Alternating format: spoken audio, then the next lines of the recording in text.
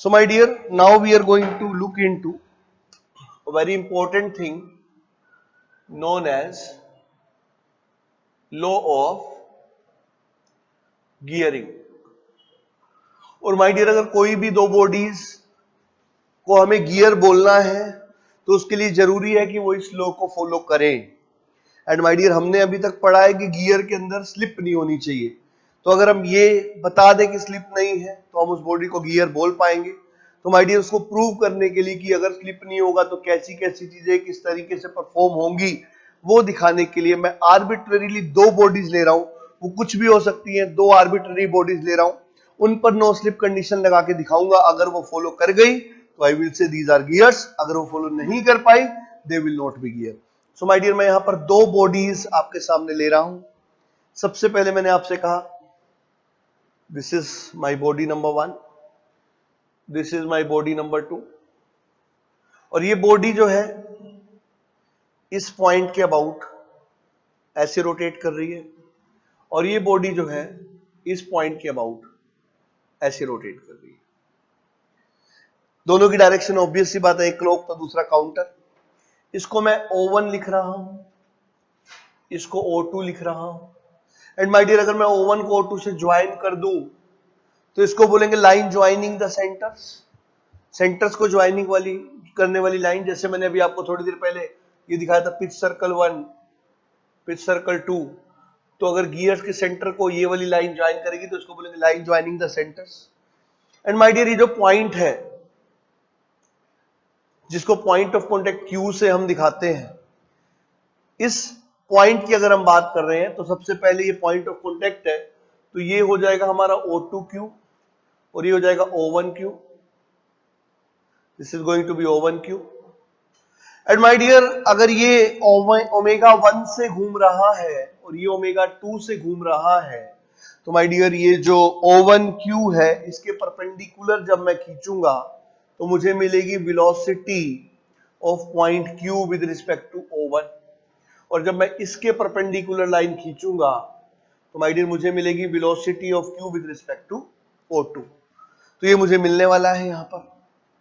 And my dear, if this is the case, ये दोनों velocities जो मैंने बनाई है इसकी वैल्यू होगी this is O1Q into omega 1 और इसकी वैल्यू होगी O2Q into omega 2. And my dear, अब मैंने आपसे कहा कि ये वाला जो पॉइंट ऑफ कॉन्टेक्ट है, इस पॉइंट ऑफ कॉन्टेक्ट पे अगर मैं इन दोनों के दोनों बॉडीज को, अभी मैं इनको गियर नहीं बोलूंगा क्योंकि गियर होने के लिए they have to follow some situation और कंडीशन. तो इस पॉइंट पर मैं एक नॉर्मल खींच रहा हूं जो कि common normal to both the profile है. मतलब एक ऐसी लाइन जो इस पर और इस पर दोनों के प्रोफाइल पर परपेंडिकुलर है at the point of contact. And my dear, मान लेते हैं कि जो लाइन ऑफ एक्शन या जो परपेंडिकुलर या कॉमन नॉर्मल आ रहा है वो कुछ ऐसा आ रहा है और हम जानते हैं इसी डायरेक्शन में फोर्स का ट्रांसमिशन होगा. तो इसको मैं F लिख भी रहा हूं बट असली में this is line of action, क्योंकि यहाँ पे अभी हम फोर्सेस का डिस्कशन नहीं कर रहे हैं. This is line of action. ये वो लाइन है माय डियर जिसके अलोंग फोर्सेस का ट्रांसमिशन होगा और इसको हम बोलते हैं line of action. This is common normal to both the profiles at the point of contact. And my dear, अब अगर हम यहां से एक परपेंडिकुलर डाल दें, यहां से अगर हम एक परपेंडिकुलर डाल दें इस लाइन ऑफ एक्शन के ऊपर और इसको हम नाम दे दें लेटर से M, और यहां पर भी एक परपेंडिकुलर डाल दें लाइन ऑफ एक्शन पर और इसको नाम दे दें N. दिस इज लेटर से N. और मैंने आपसे कहा जो VO1 या VQ with respect to O1 है, this is making an angle of alpha here. और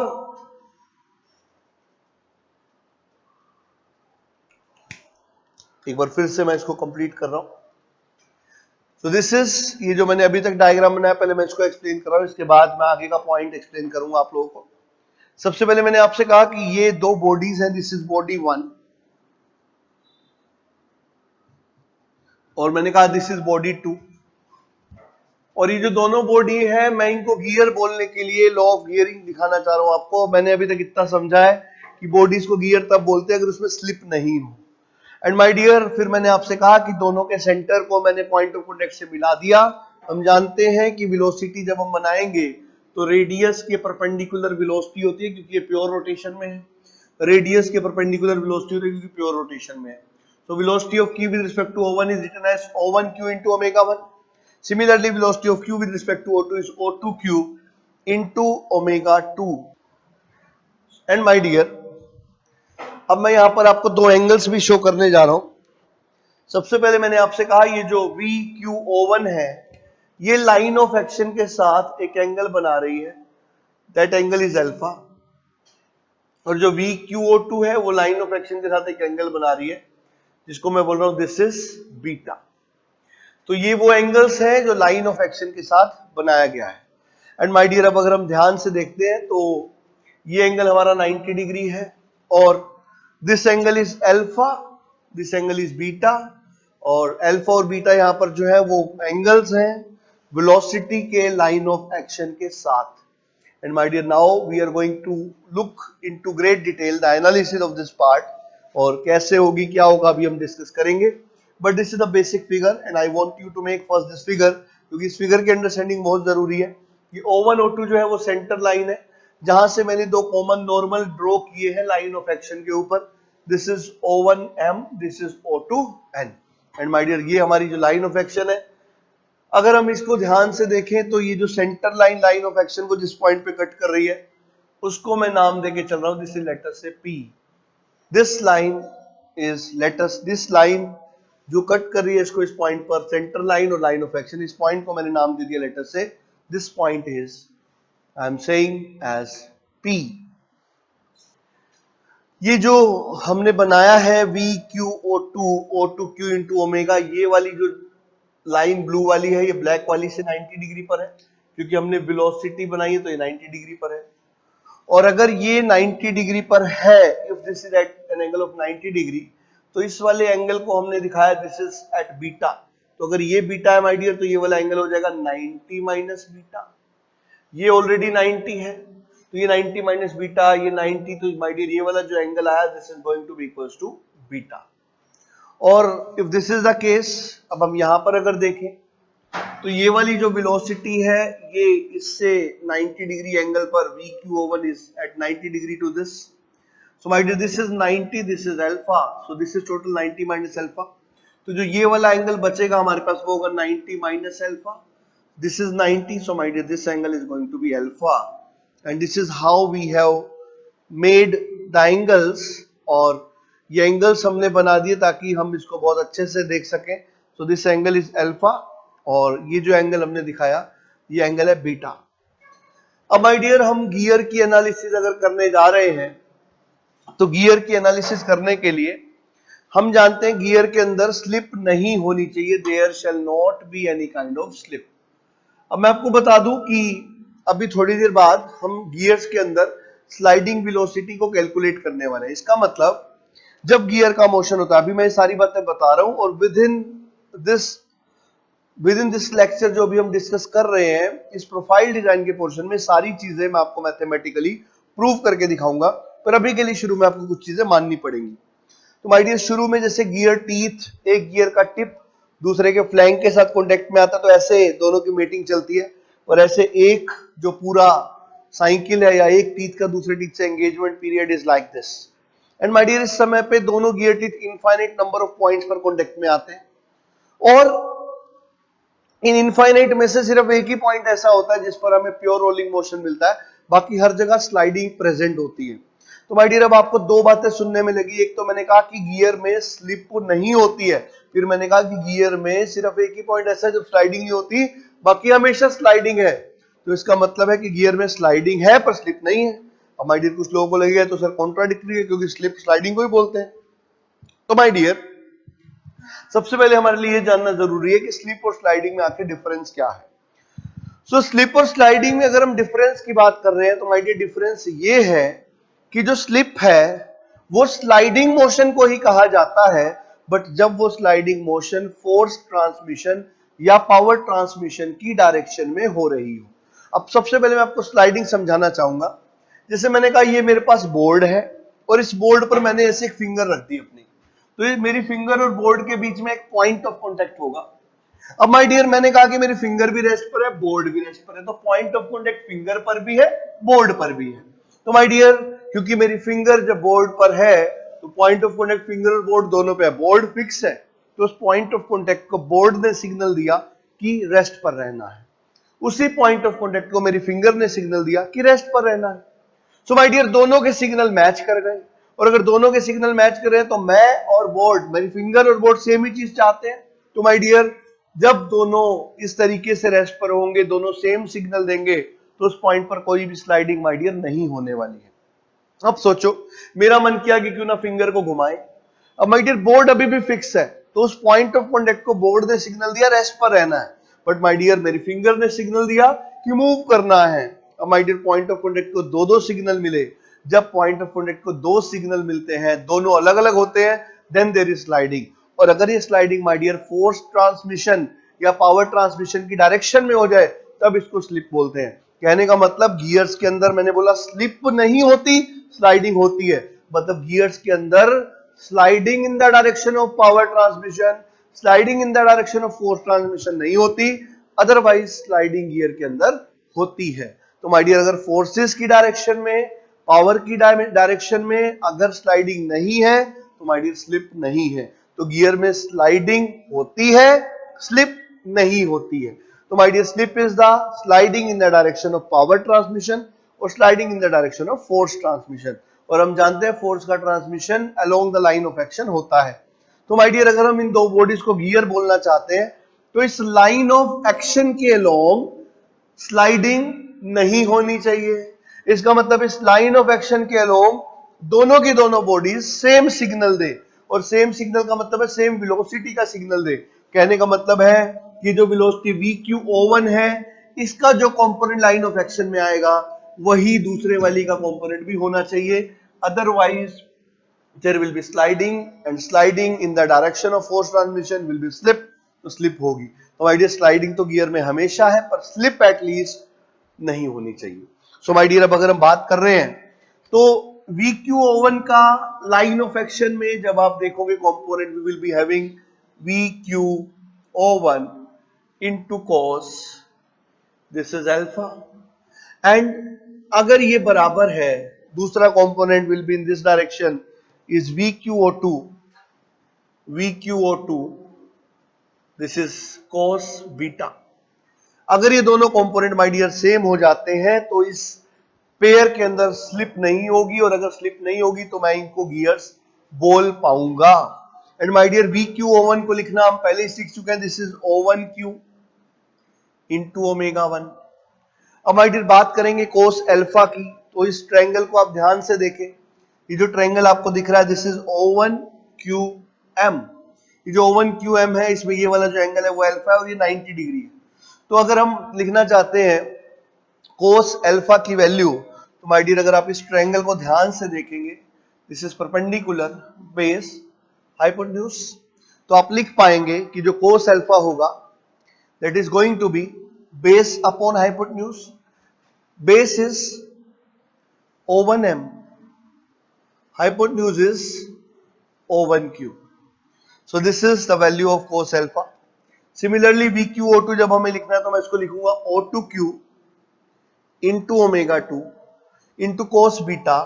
अगर आप इस वाले ट्रायंगल में देखें this is 90 degree, this is beta, तो ये perpendicular, sorry this is perpendicular, this is base, this is hypotenuse. तो इसमें जब मैं लिखूंगा base upon hypotenuse cos beta के लिए, this is going to be O2n divided by, this is going to be O2n divided by O2Q। और आप ध्यान से देखें यहाँ O1Q से O1Q खत्म हो जाएगा, O2Q से O2Q खत्म हो जाएगा, we will be having ω1 by ω2 is O1M, this is O2n by O1M। In other words we can also write ω2 by ω1 as O1M by O2n। ये हमारे पास रिजल्ट निकलकर सामने आया। अगर हम चाहते हैं कि there should be no slip condition, no slip condition तभी होंगी जब ये रिजल्ट्स सेटिस्फाई कर जाएंगे। सो माय डियर इस कंडीशन के सेटिस्फेक्शन के लिए क्या चाहिए या इसका एज ए रिजल्ट क्या हो सकता है, अब हम वो देखेंगे। तो मैं फिगर को मिटो नहीं रहा हूं क्योंकि इसी फिगर से ही हमें आगे की कहानी डिस्कस करनी है। तो माय डियर, इसको मैं मिटो रहा हूं कुछ देर के लिए।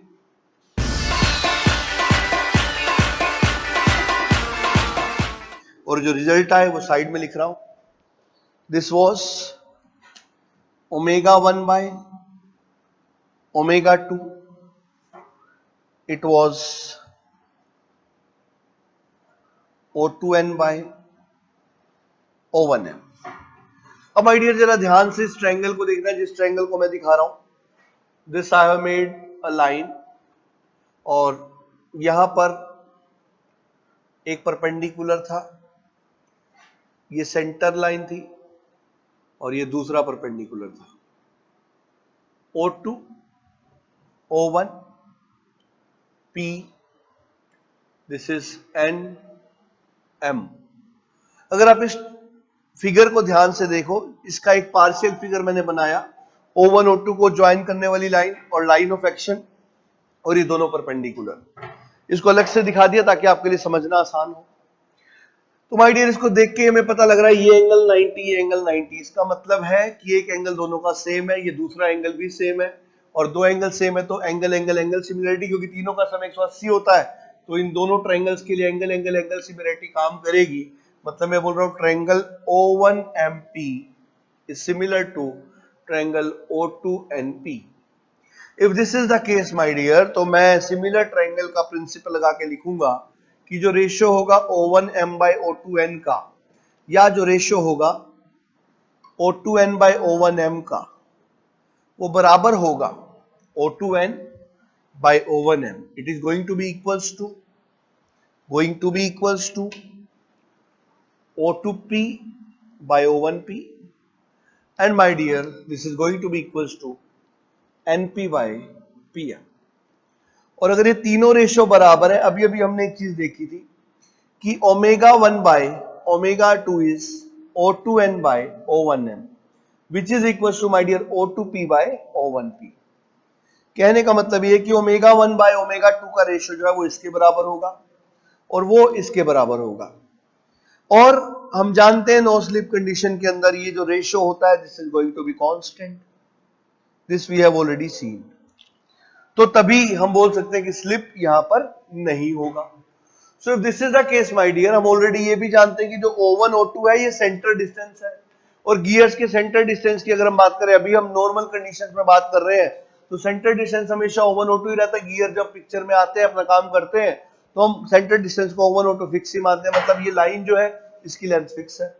अगर इसकी लेंथ माय डियर फिक्स है, O1P और O2P की हम बात कर रहे हैं, तो हमने कहा कि ये जो रेशियो है ये कांस्टेंट है। O2P by O1P ratio is constant, तो this O2P O1P this ratio is constant. तो आपने कहा इस लाइन की लेंथ जो L है वो फिक्स है, which is equals to A plus B।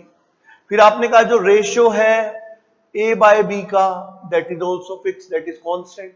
So my dear, if this is the case, तो my dear, अगर ये रेशियो आप बोल रहे हो कि चेंज नहीं हो रहा है, तो ये जो पॉइंट P है, ये P पॉइंट को एक फिक्स पॉइंट बनना पड़ जाएगा, क्योंकि अगर ये P पॉइंट थोड़ा सा भी मूव करता है, वो भी तब जब O1 O2 की लेंथ चेंज नहीं हो रही, तो इस केस में माय डियर रेशियो जो है वो चेंज हो सकता है। जबकि हम बोल रहे हैं it has to be constant. तो जब ω1 by ω2 का रेशियो कांस्टेंट होता है, क्योंकि गियर कहलाने के लिए स्लिप नहीं होगी, और स्लिप नहीं होगी तो ω1 must be equals to, sorry, ω1 by ω2 ratio must be equals to constant, मतलब कांस्टेंट स्पीड रेशियो आना चाहिए। So for that constant speed ratio O1 O2 क्योंकि फिक्स है, रेशियो इनका कांस्टेंट रहेगा, तो अगर ऐसा है तो P पॉइंट को फिक्स होना पड़ जाएगा। एंड माय डियर, इस कंडीशन को फुलफिल कराने के लिए P पॉइंट को होना पड़ जाएगा फिक्स, और इस फिक्स पॉइंट को माय डियर हम बोलते हैं पिच पॉइंट। तो this P is said to be pitch point. तो अब हमें एक बात समझ में आ गई कि अगर इन दो बॉडीज को गियर बोलना है तो वो तभी बोल पाएंगे जब ये P पॉइंट एक फिक्स पॉइंट रहेगा। और आप ध्यान से देखो, ये P पॉइंट इंटरसेक्शन है सेंटर लाइन और लाइन ऑफ एक्शन के बीच का। और माय डियर, अभी अभी हमने जब इसको दिखाया था, सो this is the centre line जो कि ज्वाइन कर रही है दोनों के सेंटर्स को। हमने इसको दिखाया था, this was a common tangent. और एक हमने लाइन ऑफ एक्शन को बनाया था, this was line of action. और अब हमें पता लग गया कि जो लाइन ऑफ एक्शन है ये सेंटर लाइन को एक फिक्स पॉइंट पर कट करती है और ये जो फिक्स पॉइंट होता है पिच पॉइंट पी होता है। तो जब हम ये बोल रहे हैं कि लाइन ऑफ एक्शन जो है वो इस लाइन को, जो कि लाइन ज्वाइनिंग द सेंटर्स है, उसको एक फिक्स पॉइंट पर हमेशा कट करते हुए जाती है, मतलब हमेशा पास करती है। तो इसका सीधा सीधा सा मतलब है कि पॉइंट P के ऊपर जब हो करके जाएगी लाइन ऑफ एक्शन, तो ये लाइन जो है कुछ इस तरीके से भी जा सकती है, इस तरीके से भी जा सकती है, इस तरीके से भी जा सकती है, बट जाएगी हमेशा इससे होकर। और इस फिक्स पॉइंट को हम बोलते हैं पिच पॉइंट। तो इस पिच पॉइंट से हमेशा अगर लाइन ऑफ एक्शन होके जाएगी तो अभी भी पॉसिबिलिटी ऐसी दिख रही है कि प्रेशर एंगल की बहुत सारी पॉसिबिलिटीज हो सकती है। मैं ये नहीं कह रहा होती है, मैं बोल रहा हूं हो सकती है, ऐसा प्रतीत हो रहा है। अब होंगी या नहीं वो अब हम देखने जा रहे हैं, अगर होंगी तो कब होंगी और कब नहीं होंगी वो सब हम देखने वाले हैं।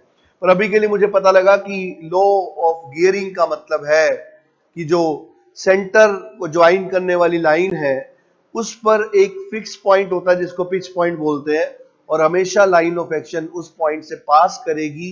यही कंडीशन होती है लॉ ऑफ गियरिंग के सेटिस्फाई करने की, तभी हमें मिलता है ओमेगा रेशियो कांस्टेंट। एंड इस ओमेगा रेशियो को जब हम कांस्टेंट लेते हैं, this is given by O2n by O1m is equals to O2p by O1p. So this is the case. अब जैसा कि मैंने आपसे कहा कि वेलोसिटी सेम होनी चाहिए दोनों के कारण, दोनों body same signal they line of action में। और किसी और डायरेक्शन की अगर हम बात कर रहे हैं तो हम लाइन ऑफ एक्शन के लिए स्लिप वर्ड यूज करते हैं और कहीं के लिए स्लिप वर्ड यूज नहीं करते हैं। तो हम देखते हैं कि अगर गियर में स्लाइडिंग है, स्लिपिंग नहीं है, तो जो स्लाइडिंग है उस स्लाइडिंग की वेलोसिटी क्या हो। सो माय डियर, अब हम देखने जा रहे हैं कि स्लाइडिंग वेलोसिटी क्या होगी। So we are going to find out velocity of sliding. तो अभी हमें पता लगा कि गियर्स के अंदर स्लिप नहीं होता बट स्लाइडिंग होता है। तो अगर हम उस स्लाइडिंग को देखना चाहते हैं तो माय डियर हमें लेना पड़ेगा उसको लाइन ऑफ एक्शन के परपेंडिकुलर, क्योंकि लाइन ऑफ एक्शन की अगर हम बात कर रहे हैं तो लाइन ऑफ एक्शन में तो हमने देख लिया है कि लाइन ऑफ एक्शन में दोनों के वेलोसिटी कंपोनेंट सेम होने चाहिए। तो अब इसके परपेंडिकुलर में ही स्लाइडिंग लेंगे, क्योंकि अगर कहीं और भी स्लाइडिंग ले ली तो उसका कंपोनेंट जरूर यहां आ सकता है। हम जानते हैं किसी भी एक वेक्टर का 90 डिग्री पे कंपोनेंट 0 होता है। तो स्लाइडिंग अगर हम सोच भी रहे हैं कि गियर में है तो वो माय डियर स्लिप के परपेंडिकुलर में ही मान सकते हैं, क्योंकि अगर 30-40 डिग्री पर आप स्लाइडिंग की बात कर रहे हो तो उसका कंपोनेंट यहां जरूर आ सकता है। तो जो स्लाइडिंग होगी वो लाइन ऑफ एक्शन के या फोर्स ट्रांसमिशन की डायरेक्शन के, पावर ट्रांसमिशन की डायरेक्शन के परपेंडिकुलर हो सकती है। तो अगर किसी भी वेलोसिटी का कंपोनेंट इधर कोस था तो इसके परपेंडिकुलर साइन होगा। तो मैं अगर लिखना चाहता हूं स्लाइडिंग वेलोसिटी, तो I will write here that it is equals to, हमने लिखा था O1q इंटू ओमेगा कोस एल्फा, यहां मैं लिखूंगा this is sine alpha, minus O2q omega sine beta. Mode इसलिए दे रहा हूं, मुझे नहीं पता बड़ी वैल्यू कौन सी होगी, तो इट में be anything. So O1q omega sine alpha, O2q omega sine beta, और यहां पर आप लिख सकते हो O1q इंटू ओमेगा। यहाँ पे साइन एल्फा की बात हो रही है, तो इस वाले ट्रायंगल में अभी हमने कोस एल्फा लिखा था, that was base upon hypotenuse, और it is going to be perpendicular upon hypotenuse, that will become MQ या QM upon O1q. O1q will get once again cancel out, minus O2q into omega. This is omega 1, this is omega 2.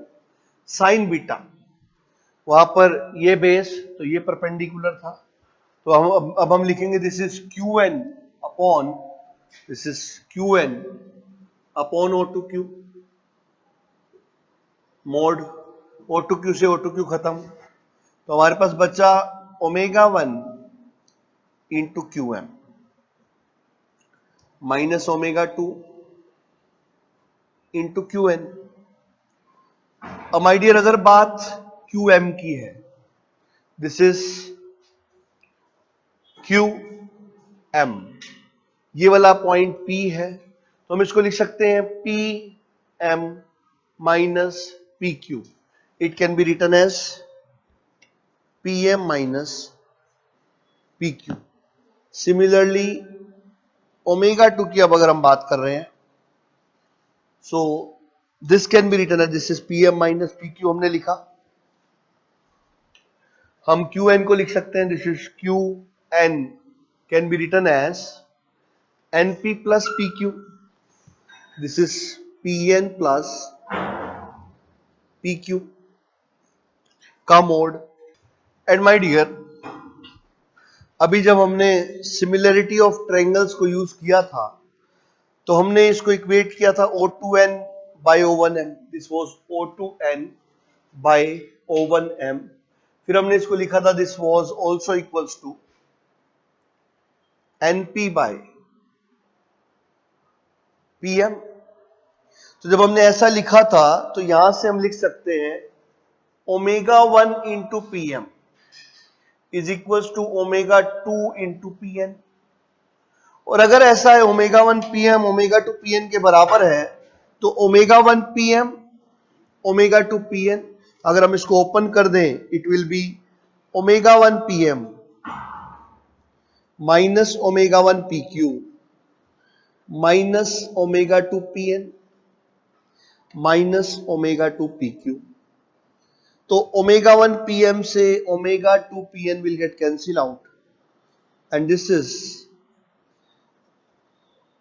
mode of minus omega 1 plus omega 2 into PQ. और mode है तो हम इसको ऐसे भी लिख सकते हैं, it is omega 1 plus omega 2 PQ. और this is omega 1 plus omega 2 into में PQ. यहां पर जो P है उसको हम डिफाइन कर चुके हैं, दिस इज पिच पॉइंट. यहां पर जो Q है उसको हम डिफाइन कर चुके हैं, this is point of contact. तो my dear, point of contact और पिच पॉइंट के बीच का ये डिस्टेंस है, और इसको जब मैं ओमेगा 1 प्लस ओमेगा 2 से मल्टीप्लाई करूंगा I will be getting velocity of sliding. Mode इसलिए क्योंकि हम मैग्नीट्यूड की बात कर रहे हैं, जहां तक डायरेक्शन वाली बात है that we will be having, that depends on these parameters की जो हम डिस्टेंस ले रहे हैं वो किस डायरेक्शन में है. तो ये जो PQ है, जब हम वेलोसिटी ऑफ स्लाइडिंग की यहां बात कर रहे हैं, तो ये जो PQ हमने लिखा, ये जो PQ है ये पॉइंट ऑफ कांटेक्ट और पिच पॉइंट के बीच का गैप है. और ये दोनों ही पॉइंट हम जानते हैं कि पिच पॉइंट तो एक फिक्स पॉइंट है जिसके ऊपर से लाइन ऑफ एक्शन पास करती है, जबकि Q पॉइंट ऑफ कांटेक्ट है.